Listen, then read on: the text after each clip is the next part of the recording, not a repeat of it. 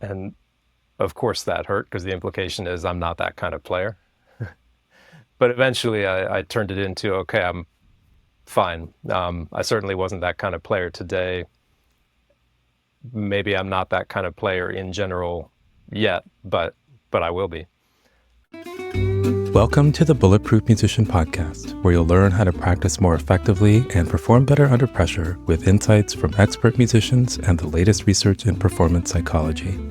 So first off, congratulations on being named Concertmaster of the Boston Symphony Orchestra. It's pretty exciting, I'm sure, for you and for Kiko and for the family. So this isn't your first major audition by any stretch of the imagination, of course. You've previously been Principal Second to the St. Paul Chamber Orchestra, member of the Chicago Symphony, and first Associate Concertmaster of the Los Angeles Philharmonic for the last 13-ish years, I think. Yeah. So I'd love to hear about your Concertmaster audition journey and how that may have been different from previous audition experiences, perhaps. And to the degree that you're able to talk about it, I'd actually be curious to hear more about the part of your Concertmaster journey that begins before Boston was even on your radar. Like when did you start thinking about Concertmaster auditions, and what sorts of skills did you start working on to help prepare you for the day when you might have the opportunity to be in this sort of position? Yeah, it's definitely been a long journey. I was astonished myself this year, actually, before I got the Boston job. I was thinking a little wistfully, man, I've been auditioning for Concertmaster for 20 years this year. And it was true. I took my first Concertmaster audition exactly 20 years ago. So yeah, I've been doing it a lot and for a long time before Boston came up.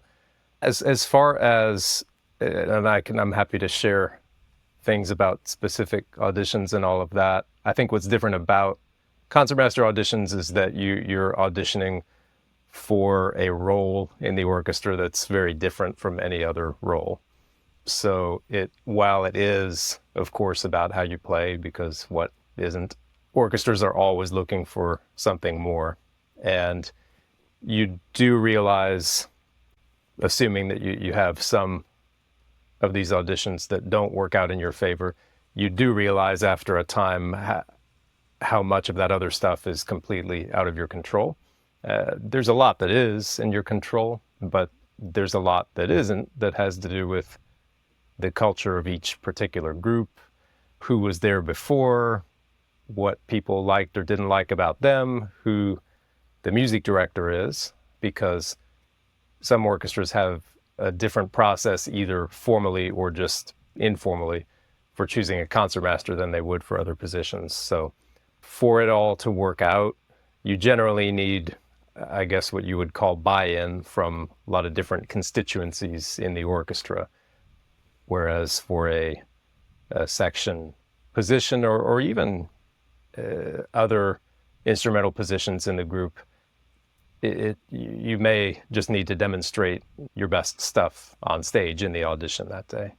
You mentioned orchestras are looking for something more, and it may vary from orchestra to orchestra, like you said, and culture to culture. I wonder if you could say a little bit more about what that is or what you've discovered along the way. And also, like, how do you find out what it is that they're looking for? Like, I mean, you talk to folks in the orchestra or other concertmasters of other orchestras or different conductors you may know well enough to talk about this sort of thing. Like, how do you research or prepare for that in advance and find out what that might be? At one point, I got much more into that because after a few of them where I didn't get the job, I thought, well, it's not about how I play so much. I've got to figure out what they're looking for, and that can lead you to some not very good places either. I think what it is in the end, and I have definitely undergone some growth, I would hope, over the last 20 years.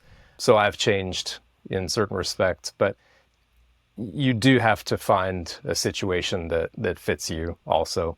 If you're not a fit, then you're just not. And you're not going to be able to change meaningfully enough to turn a not very good fit into a fit.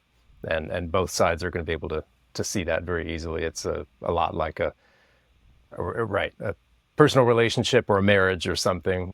So I took one audition in years back. This is one of the very first ones I took. And at that time, the music director was just honest enough with me to say, you know what, the way that you look or move or don't move when you play is not really what I'm looking for. I'm looking for a different kind of leader. I want something different visually. And so, I'm just, I'm letting you know that, which is a lot more honesty than I've gotten in some other places. And, it's something that they couldn't have told me over the phone or by looking at my resume or even necessarily by listening to a screened audition. They had to see me do the job. And once he did, then I knew it wasn't going to be a fit. In some ways, it's not a fair process, if auditioning ever is a totally fair process, because especially for concertmaster, different parts of the orchestra or even different members in the same violin section are going to be looking for different things, right? And you can't be all things to all people. But if you look at what makes for effective leadership, I think in any industry, trust, I think, is one of the first words or concepts that comes to my mind. And you have to engender that really from the moment you walk into a room, from the moment you sit down, from the moment playing starts in rehearsal.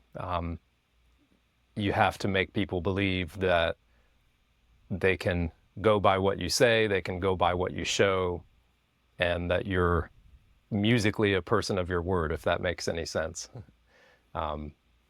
Because as concertmaster, ultimately, you're going to be making some hard decisions, some spur of the moment decisions on stage.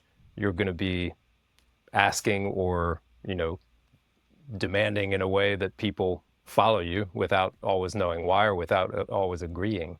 And so to do that, they have to see that you're generally right and that you have everyone's back, right? That you're going to look out for them. This is making me think a little bit about something that I remember hearing the announcers talk about at the recent Olympics, the men's basketball team trying to find a way to put together a team in a very short span of time with all these historically great players and all-stars and so forth. And a few times what came up is, I forget who said this, maybe it was Dwayne Wade, but he talked about a tendency to defer too much or to pass too much, right? To almost think, well, there's Kevin Durant, there's Steph Curry. Like, I'm not going to take a shot, I'm going to pass it to them, right? And so sometimes, and I think we saw this, there were moments where there were too many passes, and then ended up passing up really good shots in favor of worse shots. And so I mentioned that because from what you were just talking about, I wonder when you get into that setting, when you're joining the orchestra, like how do you balance being assertive and being yourself with also being open to and respecting the culture that already exists there? Right. I'm glad you mentioned the Olympic basketball because I was watching that too. And yeah, watching LeBron particularly, who was one of the steadiest hands and maybe the most important person on the court in crunch time, although, of course, Steph Curry really bailed us out in in some of those moments. But when I watched LeBron, I thought, okay, that's the concertmaster, right? The ball's always ending up in his hands. He's not always the one taking the shot, but that's where everybody's attention goes. That's where everybody's looking when things get tight. And yeah, when I talked about some personal growth, I think that's the kind of thing that I know has changed about me over the years, whether we're talking about just playing in an orchestra or taking these auditions. And when you talk about concertmaster auditions, you're almost always also talking about some sort of trial period, because very few concertmasters are going to be hired just from an audition. You're almost always going to have to come in and do the job. And just what you were saying, this idea of passing, how to find that balance of not rocking the boat too much, not jumping in at every opportunity to say, hey, look at me, listen to me, I can solve this problem, I can make this better. But at the same time, yes, very much being there when your moment comes to whether it's a solo or whether it's just a decision that has to be made. We're going this way, not that way.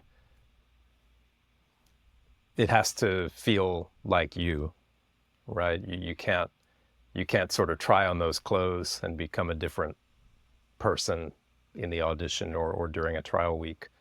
Related perhaps a little bit to the audition that you mentioned previously, where you did get some feedback.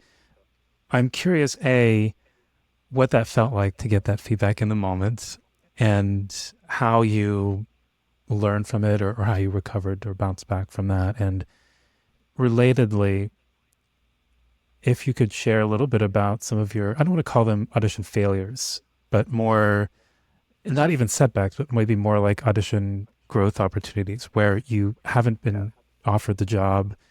And each time, presumably after you get over the initial disappointment and frustration, you must have found a way to learn something from it and grow from it, which then eventually prepared you to be able to be whoever you needed to be to serve the orchestra in the way that they would like you to in this particular situation. So, whether it's just or whether it's multiple auditions that you can think of, I'd love to hear about those learning opportunities and bounce backs. Well, so when I got that feedback, and right, of course it didn't feel great. I think there were probably, if I can remember, there were a lot of emotions that came at once. I mean, there's a sort of, some sort of shame, and then at the same time defensiveness. So, and these things would seem to be contradictory, but at the same time, I felt like, oh, geez, I guess I'm not doing this very well. And then at the same time thinking, well, hey, they're off base. I know how I want to do this job. I know I'm doing it well. But there was enough doubt that those things could coexist. And if I recall, I made some sort of effort to, I thought, well, look, I got nothing to lose. Let me sort of try on a different physical persona and see what it would be like for the rest of this week to move more, to be more obvious in the things that I think would be helpful to show. And I remember liking some of that feeling, but then also coming to the realization, like we were talking about before, it just didn't feel totally like me. And so I sort of just had to say, this is not a fit with this music director, which is going to be a problem if you want to be hired as concertmaster at that time. I remember thinking that I got along well with the other violinists there at that time. This is a long time ago. And I remember being happy about that because I thought, my first responsibility is going to be to the people in my section. And I was happy that they seemed to like my leadership. But that did make me think, what if it's not just this particular music director, but what if that's something that I need to be more aware of? Because the rest of the orchestra sits further away from me than the violins do. And, maybe I can learn from this. Maybe the solution is not just move more all the time, but to sort of know the spots, pick the spots where things need to be more obvious, more clear, and kind of go from there. So I would say I gave it consideration and I sort of tried it out back in my home orchestra. You don't want to be moving around more than the other people in your section, really. But I thought, in some bigger moments, let me be especially aware of what the principals are doing, what the concertmaster here is doing, what the other principals are doing, how the concertmaster and the conductor communicate. Does it look like there is a lot of communication, or is it extremely subtle? So that was right. That was one of the many times I didn't get the job. But like I said, that's one of the only times I got very direct feedback. Can you think of some other auditions in which you didn't get feedback, but you had to find a way to take away some lesson from it and find a way to grow in some way from that? I'm trying to separate a little bit ones where I just auditioned and I got some feedback from the audition, as opposed to places where I actually came in and played. Because there are probably 10 or so orchestras where I've gone in and played as a guest under some kind of consideration for the job. I think in auditions, oh, and I can tell you, here was one really good piece of feedback I got, which also hurt at the time. I was auditioning for, this was not for Concertmaster, but for one of the other positions where you would play some Concertmaster, and so it included a lot of solo work in the audition. And, I thought I played well, but didn't get to the end of the process. And I remembered there were a couple passages where I really wished I could have had a bit of a do-over, but I remember thinking like, oh, is it really just about those couple?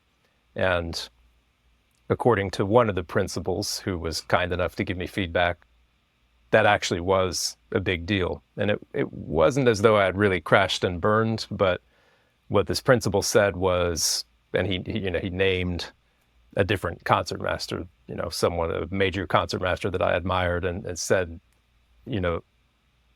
they simply would never have allowed themselves to play that way on stage. Like, they would have worked things out so that wouldn't happen. So that's the kind of player we're looking for this position. And of course that hurt, because the implication is I'm not that kind of player. But eventually I turned it into, okay, I'm fine. I certainly wasn't that kind of player today. Maybe I'm not that kind of player in general yet, but I will be. And that really stuck with me in the practice room, thinking, okay, this thing just happened. There's got to be a way, or a combination of things I can do so that doesn't happen. I can't guarantee I'm going to be 100% all the time, but at least there's got to be a floor below which it's not going to fall, no matter how tricky the place might seem. So I love what you did there, and that there were perhaps moments earlier when you were younger where it was easier to take feedback and internalize it as almost like a character flaw, or like you said, this is the kind of player I am. Maybe I don't have it in me to play at the level that I would need to get a concertmaster job or win this audition or that audition. And there's a sort of magic keyword that you used at the end, which psychologist and researcher Carol Dweck has talked about, especially in her TED Talk, the word yet, right? So I'm not that kind of player yet. That's very different, obviously, than saying I'm not that kind of player, full stop. And I don't know if that's the sort of thing that maybe over the years you started to cultivate, or maybe that's something you were perhaps always cognizant of, even when you were younger and in school. But that leads me to wonder, when you leave the door open for yet, right? And it just is a matter of reevaluating how you prepare and trying different things in the practice room and so forth. I wonder if you could share a little bit about how you did prepare specifically for concertmaster auditions, because you've been busy with family, dogs, stressful job, teaching and online programs and so forth. I mean, you've got a lot that you have to juggle. And so it would seem that being able to prepare smart, efficiently, effectively is even more important, given that you don't have the luxury of time and unlimited resources of energy. So yeah, I wonder if you can say, especially here, maybe as you prepare for Boston, like, how did you balance all those things? I mean, even for the nuts and bolts of like, what time did you practice, and like, how long did you allow yourself to practice, and all those details, I think folks would love to kind of get some insight on. Yeah. And just first to go off something you just said, if you don't mind. Yeah, this idea of who am I is such an important one.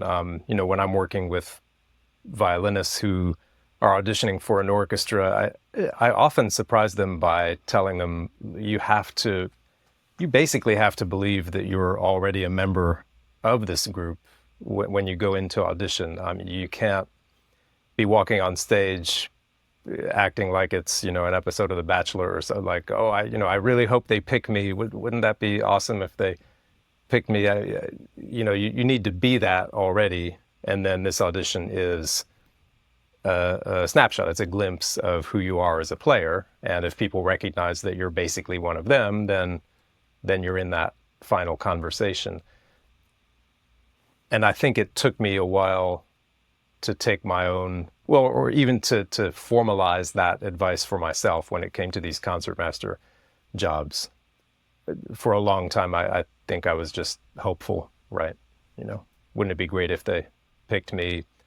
And over time, and it takes time, and it takes a lot of solo performing and disappointments and seasoning. But then I believed, you know what, I'm a concertmaster, and I got to get myself in conversations where that can become a reality. But I know who I am at this point. That said, when it comes to practice strategies, you don't just declare that and then say, okay, well, now I've done all I need to do. On the violin, there's always things to take care of. I would say I practiced fewer hours than I would have 20 years ago, because I just didn't have as many hours. And I'll say too, I'm 46 now, and the body just responds a little differently than it might have in the past. When I was preparing for this, it was really mid-season, and I always laugh because it's, in basketball they talk about, someone's in mid-season form, or you get those late season nagging injuries. I do feel like it can be that way for us too. I was in mid-season form, yeah, that's fine. I was already in pretty good shape, but nagging things start to pile up. And if you insist on playing an orchestra rehearsal and then I'm going to do 4 or 5 hours today, even if that had been possible with the family schedule, that would have been really dumb, because I just would have gotten hurt. But my wife, Akiko, who's also, she's assistant concertmaster here in LA. Yeah, at this point, we've been through this enough times. I know she's going to have to sacrifice. She knows she's going to have to sacrifice by taking care of everything around the house, by taking care of the kids, so that I can have 3 hours free, if that's what I can manage after orchestra rehearsal or a double rehearsal or whatever it might be. I would say times of day, anytime we didn't rehearse in the morning, that's when I'd do it after dropping the kids at school. So weekdays when the kids were in school, if we didn't have orchestra in the morning, then I could knock it out all then. If we did rehearse, then my best times would be basically after the kids went to bed. And I'm generally better in the mornings than evenings, but you sort of take what you can get. And I wouldn't say that I went about this one so differently from others, but I knew from past times playing on trial or being a guest concertmaster, when I would hear talk from other sections of the orchestra, people really appreciated artistry. I know that sounds silly to say, because of course they do, but even violinists in orchestras where I would play guest concertmaster, they if they had compliments, they weren't saying, wow, you play so well in tune, or you wow, how did you do that with the bow or your fit, they want to be inspired when they're hearing solos. They want a kind of sound that wakes them up, and that goes for every instrument in the orchestra. So that's what I tried to really listen for every second that I was practicing. No, I'm not going to allow myself to do slow practice that doesn't have the most beautiful sound, that doesn't have a shape. And recording myself and listening back, I can't let 2 or 3 beats go by where it's just normal and ordinary, even if it's pretty good. Like, something needs to be happening. There needs to be a compelling reason for people to listen. So that was a fun challenge, and I do feel like that really is the kind of thing that helped out on stage when the pressure was on. Is this something that you were able to practice during rehearsals and during your job, or was it something that you really were particularly intentional about during your practice and preparation for the audition bits? I would say it needed to be during times where I could really hear myself. So I will say some of the most valuable audition practice time was any time that I was sitting concertmaster, in my as part of my position here in LA. Anytime I had solos, even if it was a single note, there are some concertmaster solos where you just basically play one note that gets heard above the group, or it emerges from something else.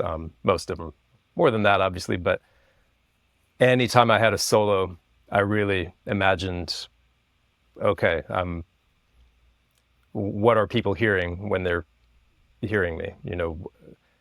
What is my role, not necessarily as concertmaster, but what is the sound of the solo violin? What is that role in this piece? Scheherazade, which I got a chance to play in LA the same week that I would later go out and play it in Boston. Who is this character? What's she doing? I mean, I'd read the story before, and so I knew the story, but is there something different I might be doing if I really imagine that I'm playing a character, that I'm acting rather than just playing the violin? It makes it more fun, and I think it makes it more effective too.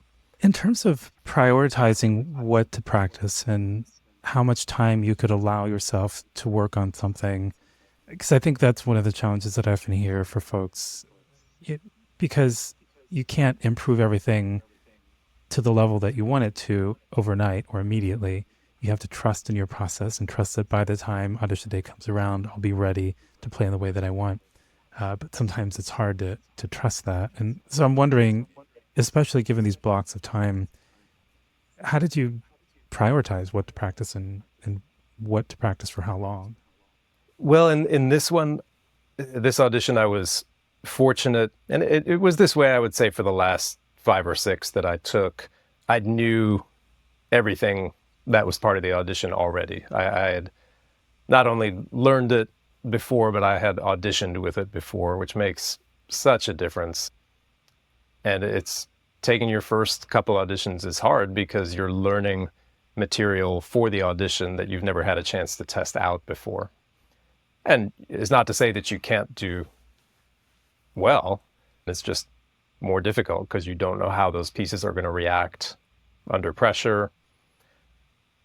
And when we're talking about orchestra auditions, even concertmaster auditions, I mean, most of these solos, with the exception of parts of Heldenleben, for example, still happen in a musical context. And so to play them completely unaccompanied in an empty hall is different from the normal context. And that's something, no matter what instrument you play, when you take an orchestra audition, you have to learn to deal with that. But the bottom line is, at least I knew everything before. So I had some idea. This is kind of a crude system, but and I'm sure folks will laugh, but it may be useful just to go down the list of excerpts and make a pencil mark, like what kind of face do I make when I look at this selection? If they called this one out, is that like a happy face for me? Like, yeah, I love playing this one. And to some people that might sound strange, like, how could you like playing anything in an audition? But there are a lot of things I do really just love playing. And if someone calls it out, I'm like, yes, so glad I got the chance to share that. Is it a little bit neutral, kind of like, okay, I'm not sure if that's showing my best or not, but okay, I can play? Or is it like, yeah. And I didn't have anything on there that was, like, please don't call this because it's going to be a disaster. You can't, then I shouldn't be taking the audition. But still, there were some where it was like, it's a little tricky to find that sound or that character right from the first bar of that. Or, yeah, that's one that somehow I've never quite settled on what the role of this excerpt or this solo is. And those were the ones I wanted to start with earliest on as I was organizing my time. And most of that work really was just getting things decided up here. I'm pointing at my head. What is the sound? Can I even if I'm imagining someone else play it, and I do this all the time, I'm like, okay, whatever I'm doing now isn't working. How would Pinchas Zuckerman play this? How would Perlman play this? Heifetz, Heifetz maybe wasn't known for his concertmaster solos, but at least we can imagine what would it sound like, and is that the sound I would want? And it forces you to get pretty specific, because maybe it's, oh, Zuckerman playing this? Yes, that's exactly the sound I would want for this. Okay, well, how is that different from what's happening now? What emotions or what character gets called up in my mind when I hear that sound, when I imagine that sound, and now how to find that from the first note. But to get it, I'm a believer that you have to hear it. You have to define it in your inner ear, and then you figure out how to get it. I think I was able to win some auditions in the past, sort of trial and error, like, okay, let me try this, and this. Okay, that's the best version. I'll go with that, and just try to do that every time. I think if you want to get hired for a solo position, you just have to be more specific and demand exactly the sound that the music calls for. Sounds like a big part of your preparation was just having clear goals or clear intentions about what it is that you wanted from one note, one phrase to the next, and then being able to, like you said, figure out how to actually do that. I'm curious about this reminds me a little bit of the Galamian book, right? Like, part of it is knowing what you want, and then it's how to get it, and then being able to do it under pressure. How did you prepare yourself for that part of it? At the audition itself, how do I get to the point where I can play it the way that I want the very first time under pressure? Some of it, I think, is allowing for a little bit of a pressure release valve. What I mean by that is I used to think, okay, everything's got to line up perfectly for me to win this job. I have to be at my absolute best, and I need, every bar of this has to be the best version that I can play in order to win this job. And that's simply just never going to happen. It's particularly when the pressure goes up, and you see it in basketball too. Rarely is Game 7 of the NBA Finals the best played game between both teams. It's rarely 10 people at the top of their games just trading their best shots. It's often a lot of sloppy play and missed shots and fatigue, and because that's just what happens when the pressure's on. So allowing for some of that and realizing that, okay, even if not everything goes perfectly, that's just, I'm going to expect some of that and allow for some of that, but not fall to the level, right, that in that audition I mentioned where you're giving the impression that so-and-so would never have let that happen. I've found for myself that I actually do better with more specific things that I want to do with the music. And I used to be not afraid, but wary of that. I used to think, well, if I have too much of a musical plan, and I'm planning out all my slides and planning the shape of everything and getting really specific about the sounds, then that's not going to be a good idea, because then should things go differently in the audition, I'm going to feel adrift because it won't have been exactly according to my plan. And to go along with that too, I had this belief, which I now know is mistaken, that none of the best players, none of the best artists make these kind of specific plans. They all spur of the moment. They're inspired. They're so great that whatever they feel in the moment they can do. Now I don't believe either of those things to be true generally. So I found that the more specific things that I want to do with the music, the better I feel on stage, even if they don't all come off exactly, because it's only the very next note that I already have something else, that I want to be doing, an opportunity, let's say, to make something great happen. I found before, when I didn't have such plans, my mind could choose something bizarre to key in on. And then that's when you get the thing where it's like the audition's over and you're like, what happened there? I don't remember anything.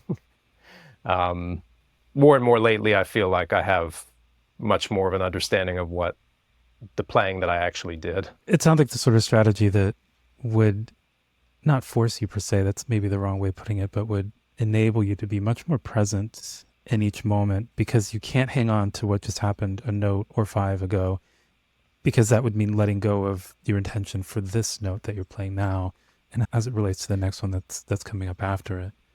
I agree. And I still struggle with that. I mean, I'm sure you have much better terminology for this. I usually rely on the inner game books that I read, but there's the game, right? Whether it's golf or violin auditions or whatever, but then there's the meta game or struggle, right? That takes place between your conscious and your subconscious minds. So, in the inner game, you're represented by these self one and self two, and that constant back and forth between self one and self two is happening at the same time as you, the poor violinist, is trying to play this audition. Both things are going on at once, and you have to have practiced dealing with that. It's not reasonable to expect that to stop in an audition. So you have to make nice with both of those selves and reach some accommodation and say, like, okay, I know how to keep playing even if someone's in figuratively yammering in my ear. I have strategies for redirecting that, putting that off, let's say, till later. But I still struggle with it. Something happens I don't like, of course I'm going to think about it. Hopefully not for the next 5 minutes, but probably for the next 10 seconds. And maybe as I'm going from that piece to the next one, maybe it crosses my mind again. Not to put you on the spot, but I'd love to get a sense of the level of detail that might be involved in terms of, having these intentions and knowing what you want from each note, from each phrase, and how it connects to the next. Maybe you could pick an excerpt or a piece, and because I'd love to kind of get inside your head for a moment and know what you're thinking about and what your intentions are that carry you through, even just like the first line of an excerpt or something like that. Yeah. Do you want me to grab a violin? Sure. Yeah. Okay. All right.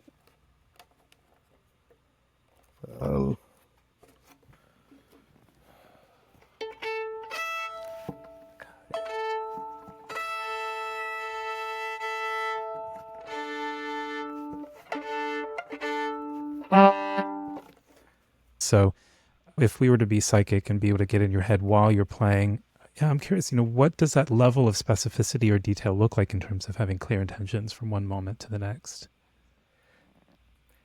Well, I can take you sort of inside the preparation process, which is a little different hopefully from what I'm thinking on stage. But I find that I need this kind of preparation in order to feel more free on stage.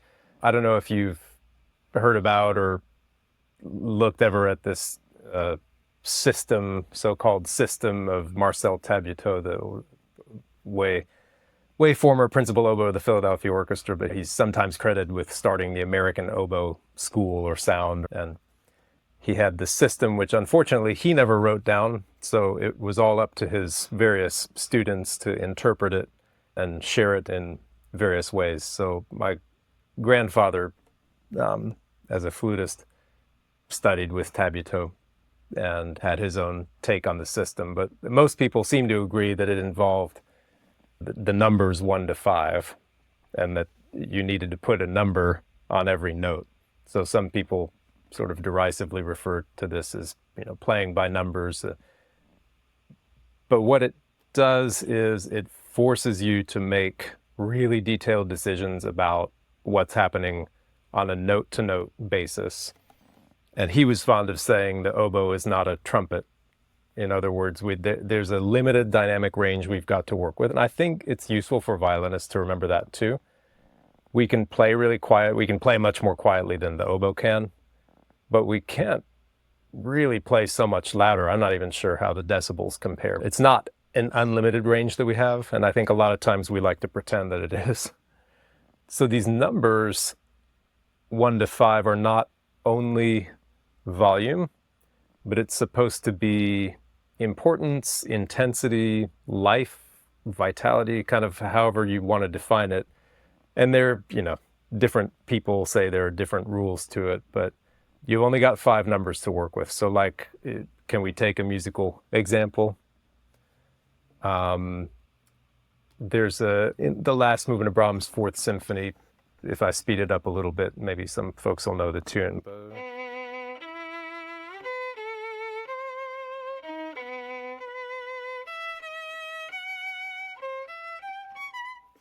Etc. And it's all just marked, forte or poco forte, and hardly any other indications. So what makes me feel really comfortable, like I'm getting this music, is if I go through the exercise of putting the numbers on these notes. Because right away, you're forced to decide. Most people that I've talked to about this have a hard time deciding what's more important, the first or the second note.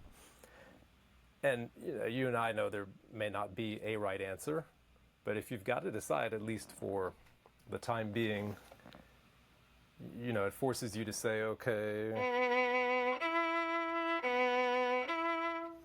the first note, okay, slightly more important than the second, or the other way around. Because violin teachers are fond of just saying, don't let the line die, don't let it die, connect, sing. That's fine for a couple notes, but past that, it's sort of like, it's going to all sound the same. So let's say that first note I say is going to be a little bit more important than the second. So I could call it 5. 5's the highest number, so it could be 5-4, but maybe I want to leave myself a little more room, so 4-3, something like that. It's important to say too, this only applies to the beginning of the note. So this doesn't say anything about what's going to happen during a longer note, but you're making decisions about the front of the note. So clearly now the quick note belongs to the note following, right? So I would say it's less important than the note that comes right after it. So it could be something like 4-3-3-4, 4-3-3-4. So then I've got something like 4-3-3-4-3. And even just saying those numbers out loud and writing them over the notes, I start feeling freer, because as I play that over and over again, I'm not concerned with the violin thing of just, okay, don't let it die, and kind of squeezing the sound. It's like, you know what, that second note doesn't have to be as much.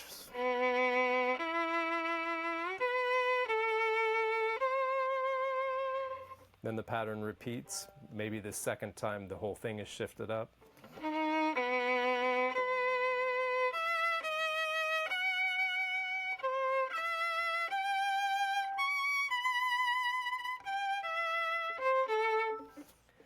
I can even heighten the effect if I get rid of all vibrato, so that I'm just focusing on what shape the bow is making.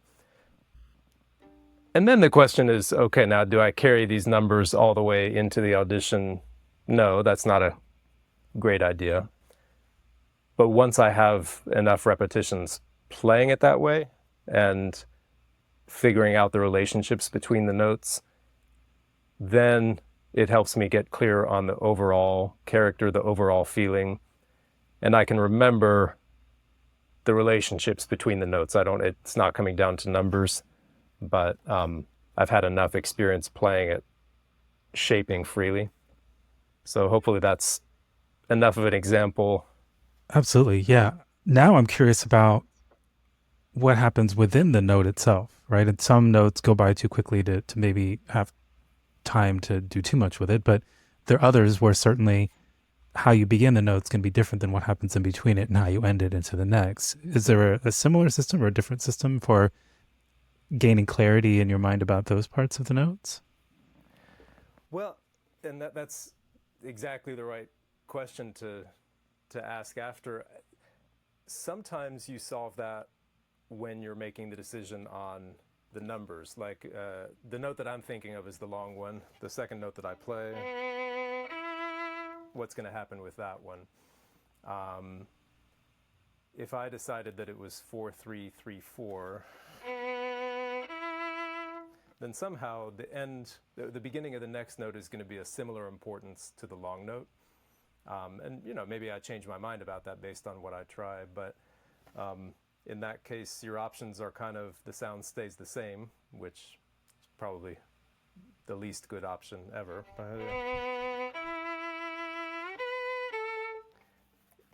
Sometimes it sounds more okay than others, but probably it's not great. But if I'm going to start with 3 and start the next note at 3, then probably that note's either going to taper off and then come back. I slowed it down and did the exaggerated version, or the other way around, where it develops a little bit in the middle. And both of those are going to sound exaggerated when it's slower, but they're probably both going to sound okay in tempo, and they're probably both going to sound better than doing nothing, which, yeah, that was my default. So mine comes away a little bit after the first gentle consonant, and then warms up a little again at the end. So you can either make those decisions. I think actually singing it is a great way to do that. And if you don't consider yourself a singer, there are a couple things you can try. You can find a singer you like in this household, we love Matthias Gerne, for example. Find a recording of his, of a simple song, like a Schumann.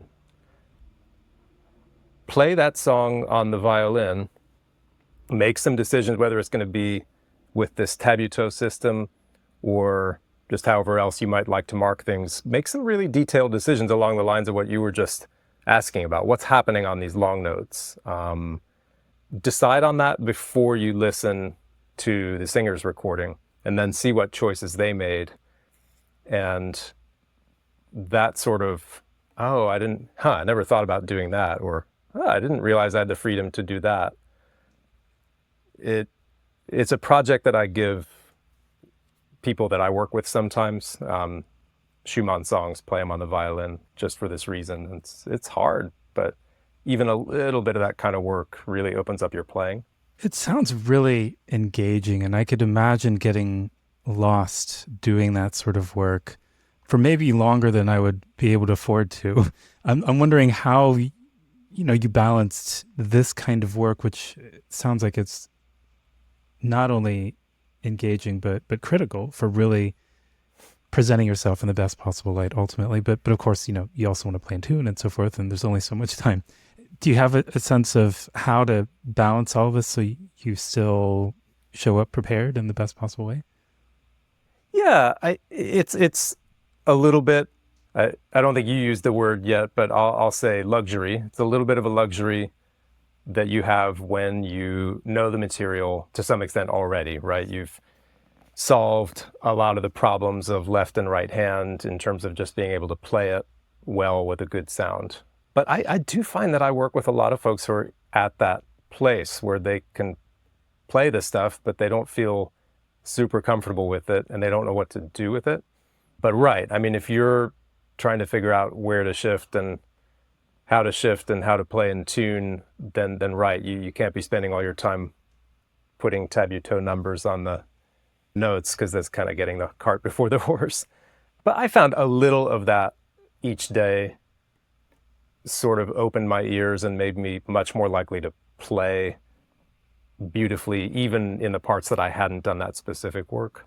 It sounds like you have probably integrated some level of that throughout the auditions that you've taken over the years, and increasingly, and this is where the 20 years of auditioning for concertmaster roles ultimately perhaps comes into play, where now you do have the ability to spend more of your time on that part of your preparation that you've solved all of these other technical things, perhaps in previous auditions along the way over the course of the last couple decades. And it reminds me a little bit of what your colleague, the principal cellist at the BSO, Blaise, said in his podcast episode, where he said, one of the things that really helped him going into audition day was reminding himself that the things that would enable him to play well and win the audition, hopefully, are things that he didn't develop in the last week or in the last 24 hours, but things that he developed over the course of many years or decades of preparing to put himself in that position. And it sounds like that really is, it's this idea that,